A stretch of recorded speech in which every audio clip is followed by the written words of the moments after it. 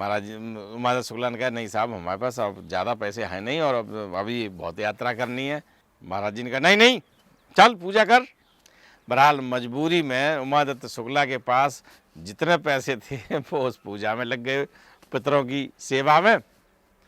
अब उनके पास पैसा नहीं रहा। एक दिन वो पूजा पे बैठे हुए थे, महाराज जी ने आवाज़ लगाई, उमादत्त उमादत्त, अरे उमादत्त। घंटा बजा ना सुनाई पड़ रहा है आपको। तो उमादत्त का नाम लिया, शुक्ला कह के बुलाया, लेकिन वे तो अपनी पूजा में थे। जब उनकी पूजा का विश्राम हुआ तो क्या हुआ, वो पहुंचे महाराज, बोले महाराज जी, बाबा जी आपने बुलाया। शुक्ला जी के पिताजी की कपड़े की दुकान थी, लेकिन दिन कुछ ऐसे चल रहे थे कि कपड़े की दुकान बहुत ज़्यादा नहीं चल रही थी। ज़्यादा क्या कि जो खर्चा दुकान पर होता था, जो सेवक वहाँ पर होते थे,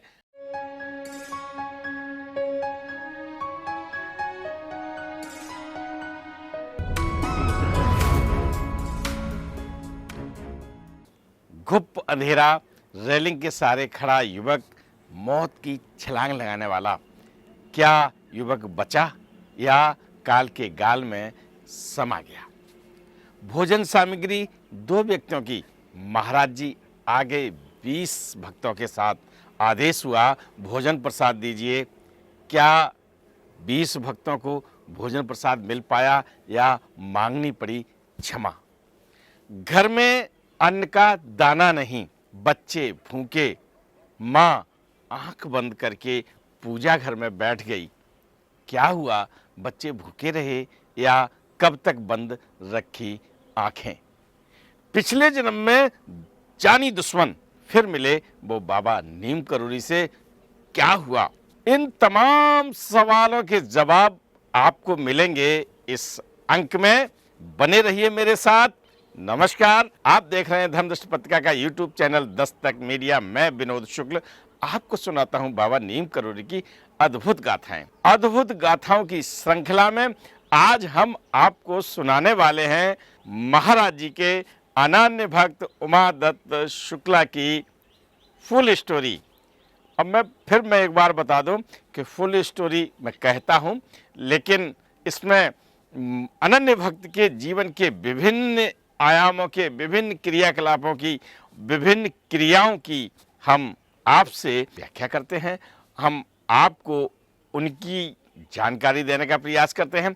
और उसमें फुल स्टोरी तो इसलिए नहीं हो सकती कि बहुत बड़ा पक्ष से प्रकाश में आ ही नहीं पाता है।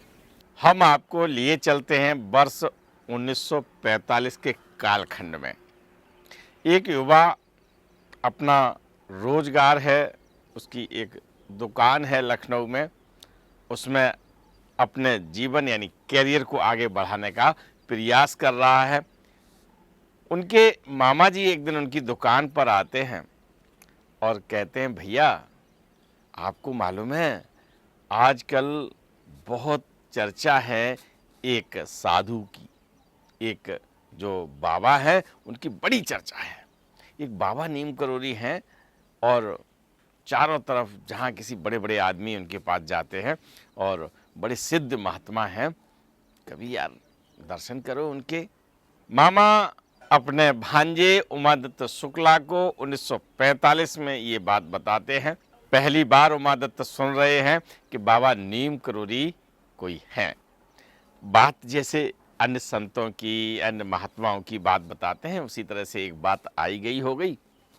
कुछ दिनों के बाद उनको सपने में एक बाबा जी आते हैं और बाबा जी से बातचीत होती है और बातचीत होने के बाद वो फिर चले जाते हैं। थोड़े दिनों का अंतराल होता है। एक रात्र फिर विश्राम कर रहे हैं तो उमादत्त शुक्ल को वही बाबा फिर सपने में आते हैं। ये क्रम उनके साथ लगातार चल रहा है और समय बीत गया 5 वर्ष का। हम पहुंच गए 1945 से सीधे 1950 में। मैंने आप बात शुरू की थी जब हमें आज़ादी नहीं मिली थी और हम अब आज़ाद हुए 1947 में और बात आ गई, कालखंड चल रहा है 1950 का।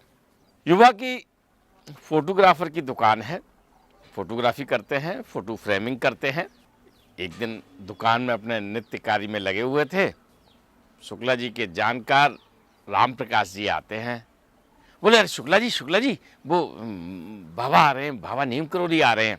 अब उन्होंने कहा बाबा नीम करोली के बारे में मामा की बात याद आई, तो फिर वो अपनी दुकान से थोड़ा बाहर आते हैं। देखते क्या है कि तांगा खड़ा हुआ है सड़क के किनारे, और तांगे से एक हष्ट पुष्ट, कहीं से बाबा नहीं लग रहे, व्यक्ति उतर रहे हैं। और वो तांगे से उतर रहे हैं, तांगे से उतरते इधर से बाबा नीम करोली बढ़ रहे हैं, उधर से उमा दत्त शुक्ला उनको ले अगवानी करते ना, अगवानी करने के लिए आगे बढ़े हैं। महाराज जी के चरण कमल दुकान में पड़े, जो उनकी शॉप थी उसमें आए, और अपने नव इसलिए कहेंगे कि ये पहली मुलाकात है, उस युवा को पहली बार महाराज जी के दर्शन हुए हैं। क्या तू मुझे घर ले चलेगा? अनायास इस कृपामयी वर्षा का आनंद एकदम मिला। उमादत्त शुक्ला को ये उम्मीद भी नहीं थी कि जिनका इतना नाम है वो ये कहेंगे। भाई किसी बहुत प्रसिद्ध व्यक्ति से आप मिलें और उससे ये कहेंगे साहब ऐसा करो, अब हमारे घर चले चलिए, तो क्या कहेगा? अगली बार आऊँगा, अभी समय नहीं है, है ना? कुछ बातें होती हैं। लेकिन ये तो जैसे ही मिले कहते घर नहीं ले चलेगा। उमादत्त शुक्ला ने कही चलिए बाबा जी, और वहाँ से फिर एक तांगा में सवारी करके जो मार्केट से निवास तक महाराज जी को लेके जाते हैं, जिसमें उमादत्त शुक्ला बैठे हैं, राम प्रकाश जी बैठे हैं और महाराज जी बैठे हैं। ठीक है ना?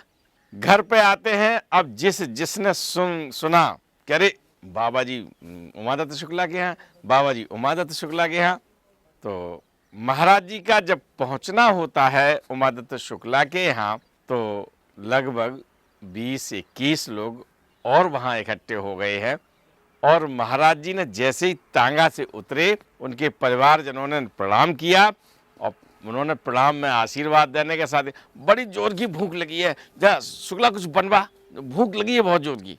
खाना उस समय बन रहा था, भोजन प्रसाद उनकी उमादत्त शुक्ला की चाची जी लेके आई, और लीजिए महाराज।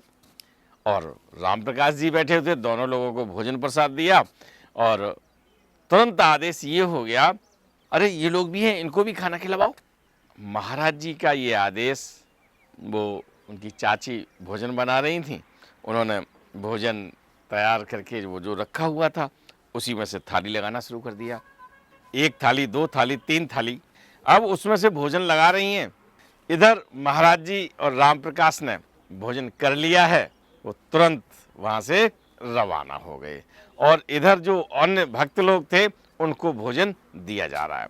जब भोजन कर लिया उन लोगों ने, इसके बाद उनकी चाची को एकदम तंद्रा जागी ना, आदमी वैसे बैठा होता है और फट से ऐसे हो जाता है, तंद्रा जागी। तो उन्होंने देखा कि परिवार के सदस्यों के लिए भोजन बना रखा हुआ है, और पूड़ी है ना? उस दिन बना क्या था? पूड़ी थी, सब्जी थी, हलवा था। परिवार के सभी सदस्यों के लिए भोजन बचा हुआ है। इसमें मिठाई बाजार से मंगाई गई थी, उसमें महाराज जी खा गए, 20 लोग भोजन प्राप्त कर गए, और अभी भी बची हुई है। अब वो कहती हैं उमादत्त शुक्ला से कि बेटा, यहाँ तो 2 ही लोगों का भोजन बनाया था आज हमने तुम दोनों लोग आओगे बाजार से, भोजन कर जाओगे, फिर और लोगों के लिए भोजन बनाएंगे, और जबकि 2 लोगों का भोजन ही सबके लिए हो गया। उमादत्त शुक्ला अपनी यादों को प्रोफेसर डॉक्टर सुधीर मुखर्जी यानी दादा से ये शेयर कर रहे हैं, बैठे हैं चर्च लैन में। आप समझ गए? क्योंकि ये कहानी बड़ी प्रामाणिक है, जो गाथा प्रामाणिक मिलती है हम आपको बताते हैं। तो ये गाथा सुना रहे हैं उमादत्त शुक्ला दादा को, और मैं विनोद शुक्ला आपको सुना रहा हूँ।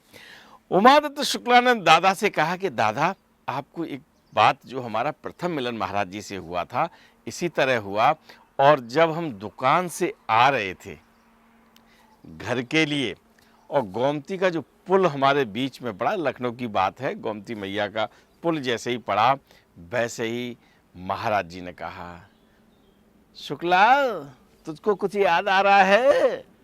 आत्महत्या कर रहा था इसी जगह। आप ये समझिए कि इतनी गोपनीय बात जो उन्होंने किसी को नहीं बताई, और आज जो हमें पहली पहली बार संत मिले हैं वो हमसे पूछ रहे हैं, क्यों मैं झूठ बोल रहा हूं? तू यहां खड़ा था, आत्महत्या के बारे में सोच रहा था। मरना इतना सरल नहीं है। महाराज जी कहे जा रहे हैं और उमादत्त शुक्ला उनके चेहरे की तरफ देखते जा रहे हैं। अब हुआ क्या था? उमादत्त शुक्ला का जन्म एक मध्यम वर्गीय परिवार में हुआ। धार्मिकता का वातावरण था। दादा, पिताजी, दादी, अम्मा सब लोग पूजा पाठ करते थे जो घर में होता है। लोग स्नान किया, पूजा की, फिर भोजन किया, इसके बाद अपने कामों में गए। तो ये पूरा लक्षण कहें, ये पूरा वातावरण कहें, जो आध्यात्मिकता का रस था, पूरी तरह से उसे उमादत्त शुक्ला सराबोर थे। इस तरह का जो वातावरण घर में होता है तो अच्छा रहता है, लेकिन उसके साथ इनकम भी होनी चाहिए, आर्थिक संसाधन भी होने चाहिए। तो शुक्ला जी के पिताजी की कपड़े की दुकान थी, लेकिन दिन कुछ ऐसे चल रहे थे कि कपड़े की दुकान बहुत ज़्यादा नहीं चल रही थी। ज़्यादा क्या कि जो खर्चा दुकान पर होता था, जो सेवक वहाँ पर होते थे, उनका भी खर्चा नहीं निकल पाता था। और जब भैया सही बता दें आपको, ये व्यवहारिक बात है, आप भी मेरी बात से सहमत होंगे कि जब घर में इनकम न हो, आय का स्रोत न हो, खर्चा कुछ ज़्यादा हो, तब क्या होता है? चिक चिक होता है ना? तो क्या करना चाहिए? ये प्रैक्टिकल बात मैं बता रहा हूँ, इस पर और किसी दिन विचार करेंगे। तो शुक्ला जी कहते हैं दादा से कि बड़ी परेशानी थी, घर में आर्थिक अभाव बना रहता था। मेरी भी शादी हो गई थी, तो पत्नी से भी हमारा कभी कभी झगड़ा हो जाता था इसी बात को लेके कि तुम बढ़िया कोई काम नहीं कर रहे हो, दुकान पे भी कोई बढ़िया ऐसा नहीं हो रहा है। और लखनऊ जैसे शहर में कालखंड चाहे कोई हो, खर्चे तो होते ही होते हैं। बस ये उसकी सीमा बढ़ती जाती है। जब कालखंड बढ़ता है तो खर्चे पूरे नहीं हो पा रहे थे। तो एक दिन कुछ घर में ज़्यादा चिकचिक हो गई। उम्र लगभग 17-18 साल की रही थी और उमादत्त शुक्ला ने सोचा कि इससे तो ज़्यादा मरना अच्छा है कि रोज रोज की चिकचिक, रोज रोज की झंझट, है ना? ऐसा करते हैं ना लोग, करना नहीं चाहिए। ये वीडियो आप ज़रूर देखिए और इससे सीखिएगा। उमादत्त शुक्ला आत्महत्या का निर्णय करके पहुंच जाते हैं गोमती के किनारे, और गोमती के किनारे जो रेलिंग होती है उस पर खड़े हो जाते हैं। मौत का निर्णय कर लिया है कि अब हमें आज मरना है, और मरने वाले के लिए फिर कोई खतरा नहीं होता। वो चाहे ट्रक सामने आए, चाहे ट्रेन सामने आए, चाहे हम पानी में कूद जाए, चाहे हमको कुछ करना, मतलब तमाम बुरे विचार आते हैं उसके मन में, और सोचता है कि जीवन अब अच्छा नहीं है। और जब जीवन अच्छा नहीं लगता है तो मरने की बात सोच ली है। यही सोचते हुए, और रात हो गई है, घुप अंधेरा है चारों तरफ, घनघोर अंधेरा, मतलब होगा ऐसी कोई अमावस की रात कहते हैं जिसमें हाथ को हाथ नहीं दिखाई पड़ता है।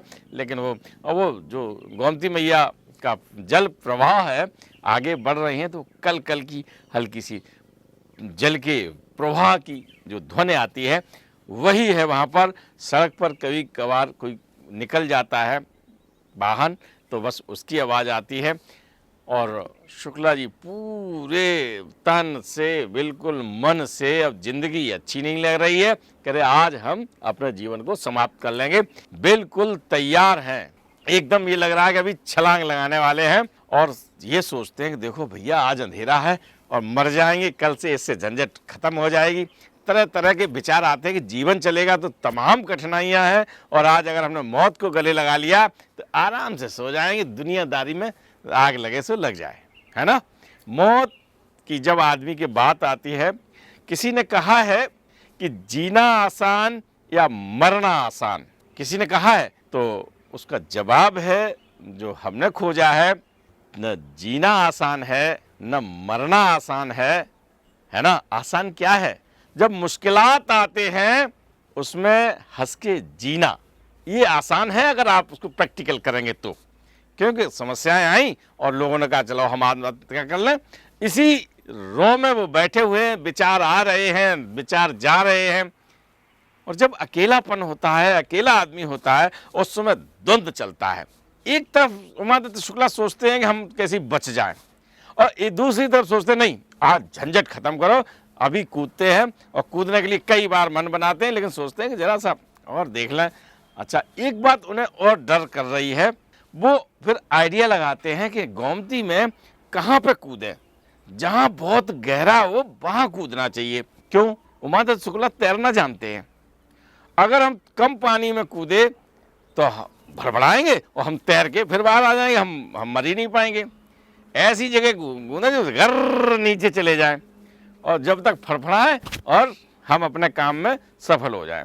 अब ये सब जो द्वंद्व चल रहा था, वैसे ही उन्होंने एकदम यूं किया, और जैसे ही एकदम उन्होंने यूं किया, उसी पल एकदम लाइट जल जाती है। लाइट मालूम कैसी? एकदम प्रकाश हो जाता है चारों तरफ, ऐसा लगता है कि सूरज निकल आया है और दोपहर हो गई है। मैं आपको बता रहा हूं, मैंने पहले भी बताया, घुप अंधेरा था और उस समय एकदम लाइट जल गई। लाइट कोई इलेक्ट्रिक लाइट नहीं बता रहा हूं, एकदम जैसे सूरज एकदम दोपहरी में जितना होता है, जैसा एकदम साफ दिखाई पड़ता है, ऐसा हो गया है। अब उन्होंने यूं किया, एकदम ऐसे रुक गए। उन्हें अरे कोई देख लेगा हमको, और देखने के डर में उन्हें ऐसे किया तो उन्हें लगा पुलिस का एक सिपाही हमारे पास ही खड़ा है। एकदम दिमाग ने ठनाका किया कि अगर हम कूदे और अगर हम मर ना पाए तो पुलिस पकड़ लेगी, हम पे मुकदमा चलेगा, है ना, और घर में बेइज्जती होगी, रिश्तेदार क्या कहेंगे, लोग जान पहचान वाले क्या कहेंगे। तो ऐसे देखते हैं और बस पता नहीं क्या होता है कि वहां से चल देते हैं। इस सब द्वंद्व में बहुत समय गुजर जाता है, आधी रात बीत जाती है, और अब उनको कुछ समझ में नहीं आ रहा क्या करें। जैसे कोई आदमी ऐसा ना एकदम खो जाता है और उसी लौ में कहीं चला जाता है। जब रात में दरवाजा अपने घर का खटखटाते हैं, पिताजी निकल के आते हैं, है ना। घर के सदस्यों ने बढ़िया स्वागत किया, कहाँ रहते हो, कहाँ बने रहे, इतनी रात तक क्या करते रहे। अब शुक्ला जी क्या कह सकते हैं? या तो झूठ बोले, है ना, और या ये कहें कि हम मरने गए थे, बताओ क्या करोगे, है ना। बहरहाल जो ये घटना थी उन्होंने किसी को नहीं बताई, डांट खाई और अपने लेट गए। डांट खाने के बाद उन्हें कसम खा ली कि जिएंगे, संघर्ष हैं, मुश्किलात जो हैं उनसे लड़ेंगे, लेकिन आत्महत्या कोई हल नहीं है, क्योंकि प्रकृति ने जो तुम्हें जीवन दिया है उसे खुद को लेने का कोई अधिकार है ही नहीं आपको।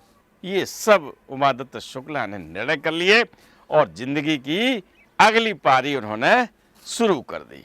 महाराज जी से मुलाकात हो ही चुकी है ना। तो ये सारी घटना जो हुई थी उमादत्त शुक्ला के साथ, उन्होंने किसी से शेयर नहीं की थी, किसी को नहीं बताया, पत्नी को नहीं बताया, परिवार के किसी सदस्य को नहीं बताया। उन्होंने कहा जो कुछ हुआ अपना ये राज अपना सीने में दफन, और मस्त थे। मतलब कभी कभी ऐसा हो जाता है जो आदमी से वो नहीं हो, हम गलती करने से बच गए और अब किसी को बताएंगे तो आदमी उल्टा सोचेगा। और इसके साथ अब महाराज जी का सानिध्य मिला, महाराज जी का साथ मिला, और ये पहले ही दिन मुलाकात के कुछ मिनट के बाद ही इसी घटना को वो बता रहे हैं। इनको कैसे पता चला? खैर अब उनको ये जानकारी हो गई कि हमें जिस प्रभु की तलाश थी, आदमी तलाश में रहता कि हमें सदगुरु मिल जाएं, हमें भगवान मिल जाएं, है ना, पूरे जीवन ये खोज रहती है। तो उमादत्त शुक्ला की खोज पूरी हो गई, महाराज जी का सानिध्य मिल गया, और अब महाराज जी कहीं मिलते हैं कि कहीं आए हुए हैं, मान लो लखनऊ में कहाँ आते थे, आपको याद है? नहीं याद है? सूरज नारायण मेहरोत्रा के यहाँ आते थे, है ना। उन्हें पता चला कि आए हुए हैं महाराज जी, शुक्ला जी सब काम छोड़ के पहुँच गए, है ना। और फिर वार्ता हुई। अब क्या हुआ? अब तो अधिकार भी हो गया, महाराज जी चलो घर पे, है ना। और एक दिन ऐसे ही उमादत्त शुक्ला ने महाराज जी से कहा कि महाराज जी घर पे चलो। महाराज जी चलो, और महाराज जी उठते हैं और शुक्ला जी के घर पर पहुंच जाते हैं। शुक्ला जी का जो बरामदा है ना वो बहुत सकरा है। केहर सिंह भी साथ में है, केसी तिवारी साथ में है और लोग भी साथ हैं। तो वो अब इतने लोग बैठे कहाँ में, खैर जैसे भी बैठे, महाराज जी अपने स्थान पर बैठे और महाराज जी का जो जलपान हुआ, महाराज जी ने तुरंत उनकी एक बेटी को बुलाया जो बड़ी बेटी है। यहाँ मैं आपको बता दूं कि उनकी पुत्री लखनऊ में ही ब्याही हैं। बार एसोसिएशन के वो हाई कोर्ट के जो है उनके अध्यक्ष रहे हैं, हमारी बात भी हुई है और अगर इजाज़त मिली तो मैं उनसे आपको मिलवाऊंगा। तो अब उन्हीं की बात बता रहे हैं कि वो बेटी हाई स्कूल की छात्रा है और इंग्लिश में कमज़ोर है, अंग्रेजी में। महाराज जी बैठे हैं, उसे बुलाते हैं, इधर आ, इधर आई, किताब खोल। अब ने खोला, महाराज जी ने ऐसे टिक कर दिया और ऐसे ही पन्ने पलट के 4-5 जगह टिक कर दिया। बोले पढ़, इसे ढंग से पढ़। माँ दत्त शुक्ला की बेटी ने, अब इंग्लिश तो ज़्यादा आती नहीं थी और सच में ये है कि जो हिंदी भाषी क्षेत्र के जो बच्चे होते हैं उन्हें थोड़ा डर लगा रहता है ना। अरे मैं भी उनमें से हूँ, मैं भी नहीं बोल पाता हूँ ज़्यादा। तो माँ दत्त शुक्ला की बेटी ने वो पढ़े और पढ़ के जो महाराज जी ने टिक लगा दिए थे वो ज़्यादा ढंग से पढ़े। दूसरे दिन वो परीक्षा देने गई हैं और परीक्षा में वो ही सारे क्वेश्चन आए हैं और केवल वे ही क्वेश्चन आए हैं जो उन्होंने टिक किए। अब तो वो बहुत खुश।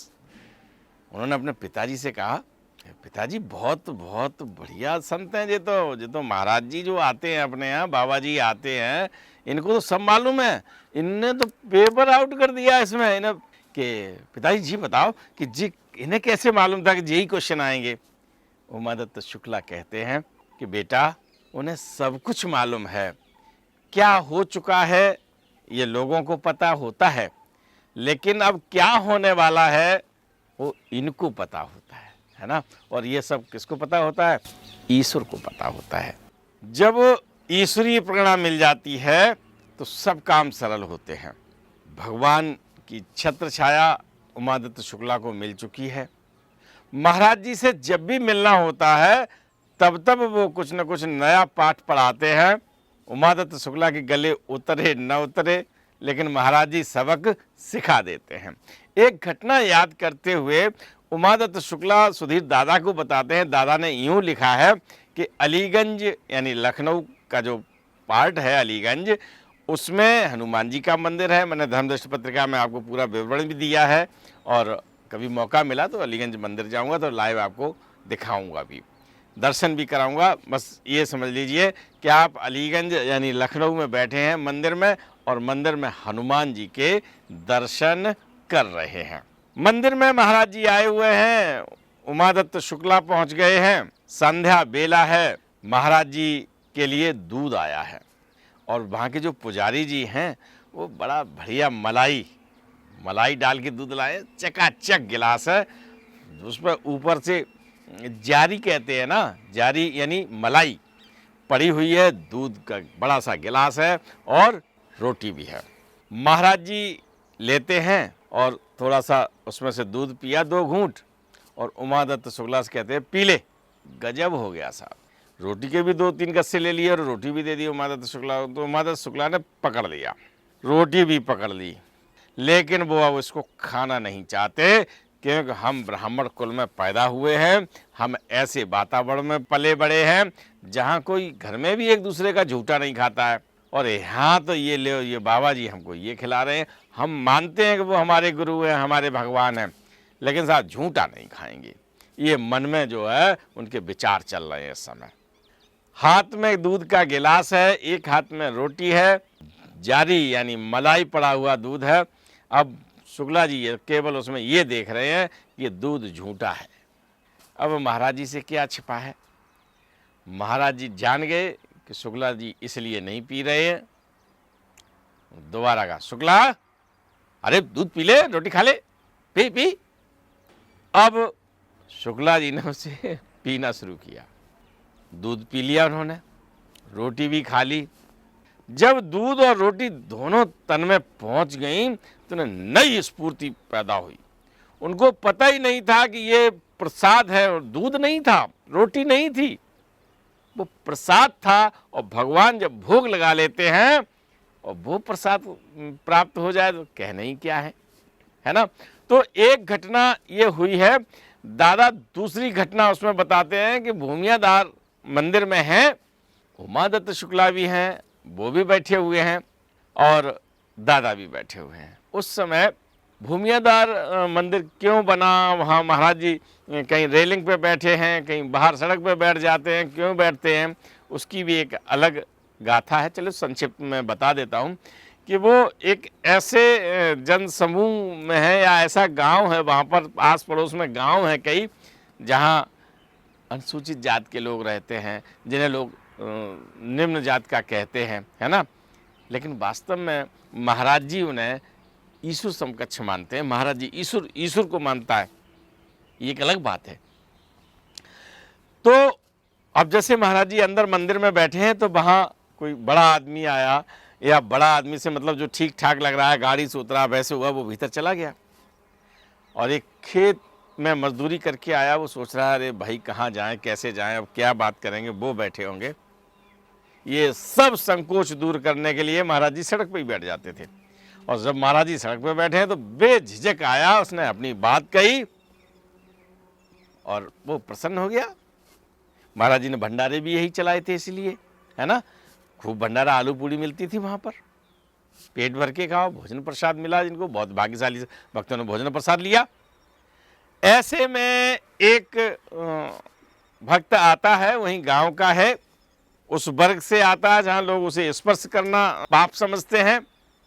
दूध लेके आया है साहब, गिलास भी ज़्यादा साफ नहीं है, और कपड़ा जो पड़ा है ना वो तो शायद कभी धोया ही नहीं गया हो, उस कभी कोई चीज़ ढाक ली और ख़त्म, फिर ढाक ली, तो अब वो दूध आया है वहाँ पे। एक मैंने आपको अलीगंज वाली घटना सुनाई, दूसरी भूमियादार वाली सुना रहे हैं।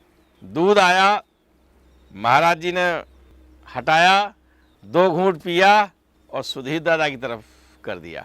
सुधीर दादा ने लिया और उसको सबके सामने पी रहे हैं। वो दूध नहीं है, अमृत है, अमृत हो गया। वो कहते भी हैं पी ले दादा, पी ले, हाँ। और दादा पी रहे हैं उस दूध को। तो अब एक चीज़ और है, वहाँ पर अलीगंज में बैठे थे तो पुजारी थे, शुक्ला जी थे, दादा थे, या 2-4 और लोग थे, है ना। और यहाँ तो बैठे हैं सड़क पे, बहुत भक्त बैठे हैं, वहाँ करके उन्होंने सुधीर दादा को दे दिया। तो दोनों में स्वीकृति जो हुई है भोजन प्रसाद की, तो वहाँ उन्होंने उसको दूध प्रसाद माना था, और वहाँ उमादत्त शुक्ला ने नया सबक सीखा था कि प्रसाद ऐसे भी ईश्वर का मिलता है। तो प्रसाद जब मिलता है तो फिर तो जान गए, फिर तो महाराज जी का उन्होंने देखा, उन्हें लाभ दो, है ना। ये स्थिति हो गई थी कि महाराज जी ने भोग लगाया नहीं और शुक्ला जी बिल्कुल तैयार हैं। अब उमादत्त शुक्ला को ईश्वर का साथ मिल गया है। तो मैंने आपको बताया कि अगर महाराज जी आते हैं, किसी और जगह रुके हैं, तो उमादत्त शुक्ला पहुंच जाते हैं, और अगर ज़रा भी मौका मिलता है तो उमादत्त शुक्ला के यहाँ महाराज जी पहुँचते हैं। ये निरंतर चल रहा है। अब एक नई चीज़ और शुरू हुई। महाराज जी तीर्थ यात्राओं पे गए हैं, मैंने बड़ी गाथाएं आपको सुनाई हैं। उमादत्त शुक्ला अब वहाँ जैसे ही महाराज जी आए और महाराज जी ने कहा कि अब अयोध्या चलना है। अयोध्या गए महाराज जी, पता है ना आपको? अरे भाई, अभी हमने एक संत श्री का इंटरव्यू लिया था, साक्षात्कार किया था। उन्होंने ये बताया था, जिनके कई शिष्य आईएएस हैं, बड़े उच्चाधिकारी हैं, जिन्हें रामायण कंठस्थ याद है, उनका चित्र देख लीजिए भाई। इन्होंने ये बताया था कि हमने अयोध्या में दर्शन किए थे, है ना। तो महाराज जी जाते रहे हैं, तो अयोध्या में जा रहे हैं या कहीं और जा रहे हैं, और अगर बताया उमादत्त शुक्ला को कि अब हम वहाँ की यात्रा पे जा रहे हैं। और उमादत्त शुक्ला ने, क्योंकि आर्थिक स्थिति ज़्यादा अच्छी थी नहीं, कपड़े की दुकान से उनने फ़ोटोग्राफी की, यानी फ़ोटो फ्रेमिंग की दुकान कर ली थी, लेकिन बहुत बढ़िया, उसमें भी इनकम नहीं थी, लेकिन हैंड टू माउथ मामला चल रहा था। तो जैसे ही उमादत्त शुक्ला को मिला, तो जो वहाँ उनके साथ सहकर्मचारी थे, यानी आप मालिक थे, उनके साथ सेवक जो रखा हुआ था, यानी प्रबंधक कह लीजिए उसको, तो वो बंदा वहाँ सब देखता था। वो बंदा के एक ड्यूटी कर दी जाती थी कि भाई देखिए, अब तुम दुकान खोलना 4 दिन 8 दिन, हम महाराज जी के साथ जा रहे हैं, और यहाँ की जो इनकम हो जो हो मालकिन को शाम को देना और यहाँ की व्यवस्थाएं चलाना।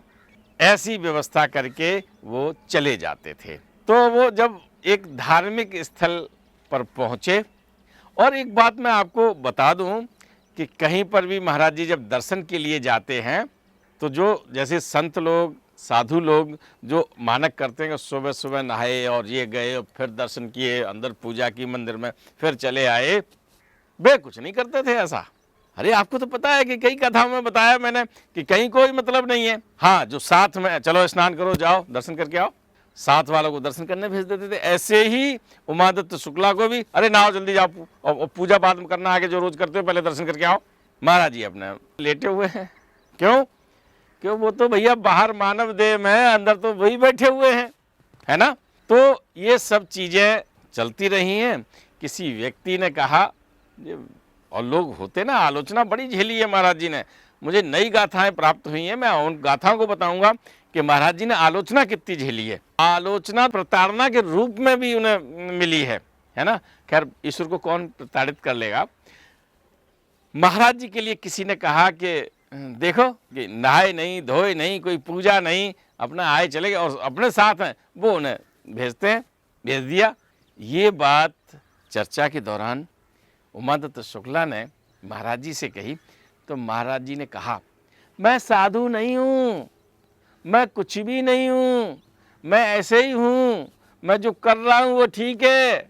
उन्होंने अपने आप ही कहा कि हम भाई साधु नहीं हैं। तो समाज के लिए समर्पित, समाज में बड़ी व्यवस्थाएं जो आदमी को दिखाई नहीं पड़ती हैं, भूखे को अन्नदान दे रहे थे, जो आ रहा था उसे आशीर्वाद दे रहे थे, आशीर्वाद फलित हो रहे थे। लोग कहाँ से कहाँ पहुँच गए केवल एक आशीर्वाद से। बड़ी लंबी लिस्ट है, मैं आपको बताऊंगा। लेकिन ऐसे लोग भी थे जो ये कहते थे कि ये साधु नहीं है, इन्होंने मान मर्यादाएं नहीं रखी हैं इसकी, है ना। तो खुद ही कहते हैं हम साधु नहीं हैं। शुक्ला जी तो हमेशा, उनके विचारों को कौन डिगा सकता है, वो तो बहुत अंतरतः है, अंतर मन से महाराज जी को समझने का प्रयास कर रहे थे। उन्होंने उस बात को जान लिया था, है ना, कि हमें प्रभु की प्राप्ति हो गई। लेकिन जब लोग कटाक्ष करते थे तो बहुत बुरा लगता था उनको। लेकिन अब लोगों हैं, कुछ तो लोग कहेंगे, है ना, लोगों का काम है कहना, तो लोग मानते हैं इस बात को कि भैया जो काम करेगा वो कटाक्ष भी सहेगा। महाराज जी का सब जगह जाना आना होता था, अमीर लोगों के पास भी, गरीब लोगों के पास भी, राजमहलों में भी, झोपड़ी में भी, है ना। अब दो साथी हैं, एक उमादत्त शुक्ला हैं, एक जीवन बाबा है। जीवन बाबा से संबंधित बहुत गाथाएं हमने सुनाई हैं आपको। दोनों महाराज जी के अनन्य भक्त हैं, लेकिन विचार अलग अलग हैं। जीवन बाबा क्या कहते हैं? जीवन बाबा कहते हैं तो ठीक है, बड़े आदमी के यहाँ बैठे हैं, बैठो, हम बाहर बैठे हैं, है ना। बड़े बड़े जो आलीशान हॉल हैं उनमें महाराज जी के भक्त बैठे हैं, जीवन बाबा बाहर बैठ जाते हैं। लेकिन शुक्ला जी अंदर बैठते हैं, सुनते हैं सब बात, उसमें से गुनने की बात करते हैं। गुनना जानते हो ना, मतलब उस बात पर काम करना, मन से मनन करना। अब जीवन बाबा कहते ठीक है, सब काम कर रहे हैं, लोग फिर भी बुराई करते हैं, कहते हैं अमीरों के बाबा हैं, ये गरीबों के भी साथ देते हैं, इनको सब लोगों को दिखाई नहीं पड़ता है। तो वो बस बाहर बैठे हैं और अपनी महाराज जी की ध्यान साधना में लगे रहे हैं। उमादत्त शुक्ला अंदर भी बैठते हैं, रईसों के भी बैठते हैं, झोपड़ी में भी बैठते हैं, और एक बात कहते हैं। जीवन बाबा का जो दृष्टिकोण था वो थोड़ा असहमति की तरफ था। उमादत्त शुक्ला कहते हैं कि दादा सही बात ये है महाराज जी में, महाराज जी तो जल हैं, अगर ऊष्मा है, ताप है ना, जल है उसे ताप मिलता है तो वाष्प बन जाता है ना, उड़ जाता है ऊपर। और अगर उसमें ठंडक रहे तो क्या, बर्फ बन जाता है। जल ही तो है, एक ही वस्तु है और विभिन्न है। तो ऐसे ही महाराज जी एक हैं, उनके स्वरूप अन्य अन्य है और जो जैसे जो चीज़ लेके आता है उसको वैसा ही उनको मिल जाता है ना। तो ये सब चीज़ें साथ में चलती हैं। हम आपको एक और याद में लिए चलते हैं कि बाबा महाराज का जो सानिध्य है उमादत्त शुक्ला को और मिल चुका है। यानी अब जो ऐसा होता ना, भूख लगी आपको, है ना, लगा कि यार एक रोटी खा लें, लेकिन आपने नहीं खाई, फिर और भूख लगी, खाना उस समय मिला नहीं, तो आपकी क्षमता हो गई 2 रोटी की, है ना। फिर क्या हुआ, उस दिन भी भोजन नहीं मिला, तो अब आपको जब खाना मिलेगा तो आप 3 भी खा सकते हो, 4 भी खा सकते हो, है ना। इसी तरह से उमादत्त शुक्ला का जो आध्यात्मिक जल है, आध्यात्मिक क्रियाकलाप हैं, आध्यात्मिक संचय है, वो बढ़ रहा है और क्रियाकलाप भी बढ़ रहे हैं। महाराज जी बद्रीनाथ केदारनाथ की यात्रा पे हैं, उमादत्त शुक्ला भी साथ हो लिए हैं। अब है क्या कि वो दुकान से चले तो चलो बद्रीनाथ केदारनाथ जाएंगे, तो अब है क्या, हर काम के लिए तो महाराज जी से मांगेंगे नहीं कि लाओ पैसा दे दो बिस्कुट ले लें, लाओ पैसा दे दो तो हम धूप ले लें। और पूजा तो करते हैं, एकांत जहाँ मिल जाता है वहाँ पे पूजा करते हैं और नित्य की पूजा करते ही करते हैं। मैं नित्य की पूजा का पहले एक प्रसंग सुना दूँ, फिर मैं आता हूँ बद्रीनाथ की यात्रा पर। शुक्ला जी अपनी पूजा में व्यस्त थे। अब नित्य की पूजा शुरू कर दी, फिर चाहे कुछ भी हो जाए शुक्ला जी नहीं उठते थे। शुक्ला जी बैठे हुए हैं, पूजा कर रहे हैं। एक दिन वो पूजा पे बैठे हुए थे, महाराज जी ने आवाज़ लगाई, उमादत्त उमादत्त, अरे उमादत्त। घंटा बजा ना सुनाई पड़ रहा है आपको। तो उमादत्त का नाम लिया, शुक्ला कह के बुलाया, लेकिन वे तो अपनी पूजा में थे। जब उनकी पूजा का विश्राम हुआ तो क्या हुआ, वो पहुँचे महाराज, बोले महाराज जी, बाबा जी आपने बुलाया? कि हाँ बुलाया था, लेकिन तू उस समय आ जाता तुझे संत रामदास के दर्शन होते। अब महाराज जी के अनन्य भक्त एलपट जो थे ना, जिन्हें महाराज जी ने रामदास नाम दिया था, तो अब शुक्ला जी को उस दिन से ये हो गया कि वो पूजा कर रहे हैं। अगर महाराज जी ने आवाज़ लगा दी तो फिर वो उठ के आ गए, भैया बोलो महाराज जी। तो कुछ न कुछ उन्हें नया प्रसाद मिलता था। जैसे वो उस दिन संत रामदास के दर्शन करना भाई नहीं था, बता नहीं मिले उनको दर्शन। एक मैंने ये घटना सुनाई कि वो जो पूजा कर रहे होते हैं तो किसी की नहीं सुनते थे, लेकिन उस घटना के बाद महाराज जी की आवाज़ में तुरंत हाजिर हो जाते थे। आइए साहब, हम आपको लिए चलते हैं बद्रीनाथ केदारनाथ। उसके बीच में प्रसंग आ गया था। तो बद्रीनाथ केदारनाथ की यात्रा के लिए तैयारी की तो उमादत्त शुक्ला ने प्रबंधक से कहा कि भैया अब तुम देखियो दुकान, शाम को जो हो उस घर दे देना, बाकी का अब हम जा रहे हैं बद्रीनाथ केदारनाथ। अब कितने दिन लगे, जितने दिन लगेंगे पूजा करके आएंगे फिर वहाँ पे। महाराज जी के साथ उमादत्त शुक्ला बद्रीनाथ केदारनाथ की यात्रा पर हैं, गया की यात्रा पर हैं। सब धार्मिक स्थलों में जहाँ महाराज जा रहे साथ में हैं। क्या हुआ था, प्रबंध मौद्रिक प्रबंध भी ऐसे जब चले थे ना, तब अपने किसी दोस्त से कितने पैसे ले लिए, कैसे ले, उधार खाता करके अपना थोड़ा सा पैसा कर लिया था। अब जब वो धामों की यात्रा कर रहे थे तो उस समय महाराज जी ने कहा कि आप अपने पितरों के लिए यहाँ पूजा करिए। उनके उमादत्त शुक्ला के पास कम पैसे थे। अब भाई जब उन्हें पूजा के लिए बताया कि यहाँ जब पूजा करते हैं ना पितरों को, आप उनके लिए जब पूजा करते हैं तो पितरों को मोक्ष मिलता है। महाराज उमादत्त शुक्ला ने कहा नहीं साहब हमारे पास अब ज़्यादा पैसे हैं नहीं और अब अभी बहुत यात्रा करनी है। महाराज जी ने कहा नहीं नहीं चल पूजा कर। बहरहाल मजबूरी में उमादत्त शुक्ला के पास जितने पैसे थे वो उस पूजा में लग गए, पितरों की सेवा में। अब उनके पास पैसा नहीं रहा। ठीक है पूजा हो गई। अब उन्होंने भी सोच लिया कि जो कुछ होएगा महाराज जी खिलाएंगे सो खाएंगे, जो नहीं खिलाएंगे तो चलेंगे नहीं के साथ, जो होगा सो देखा जाएगा। अब अपना सारा छूट गया। यानी जब अपने संसाधन होते हैं तब आदमी है अभी, और जब ऐसे कर देता ना ऊपर वाले के पास, फिर वो उसकी जिम्मेदारी हो जाती है। जैसे आपका भंडारा चल रहा है, भंडारे की बात आ जाती है, बाद में बताऊंगा। अब हुआ क्या कि उमादत्त शुक्ला को लगी है भूख और उनके पास पैसे नहीं है। अब भाई किसी से बाहर जाओगे, आज तो कह दो महाराज जी के भाई हैं, महाराज जी की पूजा कर रहे हैं लोग, खिला देंगे, लेकिन वो दौर ऐसा नहीं था। चलो भाई भूखे गए तो उस समय महाराज जी भोजन प्रसाद पा रहे थे। जैसे ही वो घुसे और जैसे ही अब जो बताओ भूख लगी हो और कोई भोजन प्रसाद कर रहा हो तो क्या होगा, अरे बाप रे बाप, है ना। कहीं दाल भी छुकती है ना भूख में, या कोई तड़का लगाता है ना, तो ऐसा लगता है कि जरा थोड़ी सी मिल जाए। अब जैसे ही महाराज जी वहाँ भोजन प्रसाद कर रहे थे और उन्हें लगा कि हमें भूख लगी और हमें कुछ मिल जाए, महाराज जी ने कहा थोड़ा सा लिया, बोले दे दिया। भुक्कड़ है, भुक्का है तू, है तू अपने बारे में ही सोचता रहता है, तुझे अपने घर की कोई चिंता नहीं है कि घर में कोई खा रहा है कि नहीं खा रहा है, ले तू खा भर पेट। अब महाराज जी ने वो दे दिया। शुक्ला जी क्या मतलब है, महाराज जी की ऐसी डांट पड़ती रहती थी, उनने फटाफट अपना जो मिला, खैर अब अपना काम हो गया। लेकिन उनको ये लगा कि महाराज जी ने हमारे घर वालों की बात क्यों की, वहाँ तो हम सब इंतजाम करके आए। अब हुआ क्या था कि अब वही एक फ़ोटो फ्रेमिंग की दुकान थी और बहुत ज़्यादा चल नहीं रही थी, तो जितनी जो चलती थी, जो पैसा होता था शाम को, जो वहाँ सेवक था वो उनकी मिसेज को दे आता था, और इतना ही हो पाता था मुश्किल से कि आज का राशन ले लो, फिर कल फिर आएगा तब फिर कल के लिए लेंगे।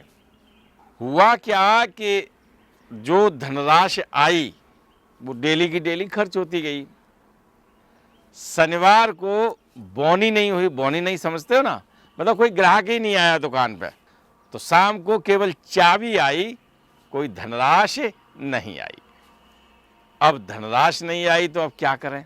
खैर कल का कुछ थोड़ा सा बचा था, उससे शाम को भोजन बन गया, लेकिन सुबह संडे था, रविवार को वहाँ बाजार बंद रहता था, दुकान खुलेगी नहीं। अब क्या करें, किचन के डिब्बे में एक दाना नहीं है, बच्चे भूखे हैं। उमादत्त शुक्ला की पत्नी बड़ी परेशान है कि अब हम क्या करें। शाम को खिला दिया आधा था, हालांकि अब उनके बच्चे बहुत अच्छे हैं और पुत्र उनके लखनऊ यूनिवर्सिटी में प्रोफेसर थे, आज वो भी पंचतत्व में विलीन हो चुके हैं। उनके अन्य परिजनों से जब मिलूंगा तो मैं आपको मिलवाऊंगा, लेकिन उस दौर की बात बताता हूं कि वो वहाँ पर घर में है, माँ बहुत चिंतित है, उमादत्त शुक्ला की पत्नी बहुत चिंतित है कि अब बच्चों को क्या खिलाएं। ये डर है। सुबह उठी, नहाया धोया और पूजा के कमरे में जाके बैठ गई, आंखें बंद कर ली हैं। कभी खोलती हैं तो महाराज जी के चरणों का चित्र लगा था उनके पूजा में, महाराज जी भी आए हैं तो उन्होंने भी देखा था उस चित्र को, तो उसको देखती हैं और फिर आंखें बंद कर लेती हैं, उसको फिर देख लेती हैं। घंटों गुजार दिए। इधर बच्चे उठे, बच्चे अपने स्नान ध्यान करके अब केवल उनको तो ये है कि माँ अब उठेंगी पूजा से और खाना देंगी, उनको इससे कोई मतलब नहीं है कि कल केवल चाबी ही आई है, कोई धनराशि नहीं आई है, और जब धनराशि नहीं आई है तो राशन कहाँ से लाएं और तुम्हें खिलाएं। माँ इसलिए पूजा घर में बैठी हैं, अब पूजा नहीं कर रही हैं, वो समय काट रही हैं कि अब हम क्या करें। अभी हम जैसे ही उठेंगे पूजा से वैसे ही बच्चे कहेंगे माँ खाना लाओ, और खाना अब दाना नहीं है, हम क्या खिलाएंगे इनको, क्या पिलाएंगे। इसी विचार द्वंद्वता का जो समुद्र, उनमें लहरें लपटें उठ रही हैं। लपटें इसलिए कह रहा हूँ कि जब विचार मंथन होता है और लगता है ये कुछ नहीं होगा, तो कभी ये दिमाग फलक में चला जाता है, कभी सागर की गहराइयाँ कम पड़ जाती हैं। बिल्कुल बैठी हुई हैं अपने पूजा घर में, महाराज जी के चरणों को निहार लेती हैं, फिर आंखें बंद कर लेती हैं, फिर निहार लेती हैं, फिर आंखें बंद कर लेती हैं, और बस एक ही पूजा नहीं कर पा रही, वो एक ही बात दिमाग में आ रही है कि अभी जब मैं यहाँ से उठूंगी तो बच्चों को क्या जवाब दूंगी। माँ के लिए बड़ा यक्ष प्रश्न होता है कि जब बच्चे भूखे हों और वो भोजन न दे पाए। ऐसी स्थिति उमादत्त शुक्ला के यहाँ है कि भोजन का दाना नहीं है, अन्न का दाना नहीं है जो उन बच्चों को खिला पाए। और भाई ऐसे घर में हैं जहाँ किसी से कह नहीं सकती। घंटों गुजर गए, बच्चे भी बैठ गए हैं बाहर और इंतजार कर रहे हैं कि माँ कब पूजा से उठें और कब हमको भोजन मिले। भोजन का कोई दर्शन नहीं है। अब उनको पता नहीं कि हम कितनी देर में हम यहाँ पर बैठे हुए, कितनी देर से बैठे हुए हैं। लिहाजा थक हार के बोले उठना तो है ही, और फिर एक बार महाराज जी को प्रणाम किया और बाहर आती हैं। जैसे ही पूजा घर से बाहर आती हैं, देखती क्या है कि थोड़ा थोड़ा सामान रखा हुआ है। दाल भी रखी हुई है, सब्जी भी रखी हुई है, आटा भी रखा हुआ है, स्टोव के लिए मिट्टी का तेल भी रखा हुआ है। अब वो अचंभित रहती हैं कि ये क्या हुआ। बच्चों से पूछती हैं, बेटा जी कौन लाया? तो बच्चे बताते हैं कि पड़ोस वाली अम्मा है ना, वो आई थी और वो ये सामान रख के चली गई। वो काफ़ी देर बैठी रही आपसे मिलने को, और आप तो पूजा ही करती रही। चलो अब जल्दी करो, अब खाना बनाओ। पड़ोस में कश्मीर के रहने वाले एक सज्जन है, परिवार है पूरा, वो वहाँ रहती हैं। वो कभी कभी आती हैं शुक्ला जी के घर। प्रातः बेला में वो शुक्ला जी के घर आई हैं और वो जानती थी पड़ोसी की बात जानता है कि आजकल कड़की चल रही है, आजकल बड़ा नोट आ रहा है, आजकल बारी गाड़ी खरीद ली है, आज 4 मकान खरीद लिए हैं। अरे बड़ा बहुत जलवा है उनका साहब। बड़े नेताजी आए उनके घर पे, मंत्री तो नहीं, अरे साहब वाह, उनकी तो बात ही क्या है। ये सब समाज का अलग बात है। शुक्ला जी के पड़ोसी ये जान रहे हैं कि शुक्ला जी की आर्थिक स्थिति अच्छी नहीं है। वो माँ आती हैं तो कभी कभी देखती हैं, वो सहायता भी करती हैं। आज वो सामान रख के गई हैं। उमा दत्त पत्नी हृदय से भाव विभोर होती है, रोने लगती है। वो समझ गई कि महाराज जी के चरणों का जो हम ध्यान कर रही थी, और बार बार प्रश्न आ रहा था कि मैं जब उठूंगी तो बच्चों को क्या जवाब दूंगी, महाराज जी ने वहाँ से जवाब दिलवा दिया। तो खाना बनता है, बच्चों को खाना खिलाया जाता है। ये वही समय था जब महाराज जी ने कहा था, तू तो भुक्कड़ है, तुझे तो कुछ चिंता ही नहीं है, तेरे बच्चे भूखे हैं कि प्यासे हैं, है ना। ये समय साथ साथ चल रहा था। तो याद रखना, समय में उतार चढ़ाव हो सकते हैं। लोग उस स्तर पे जा सकते हैं कि मौत ज़्यादा अच्छी है, जिंदगी से बेहतर है।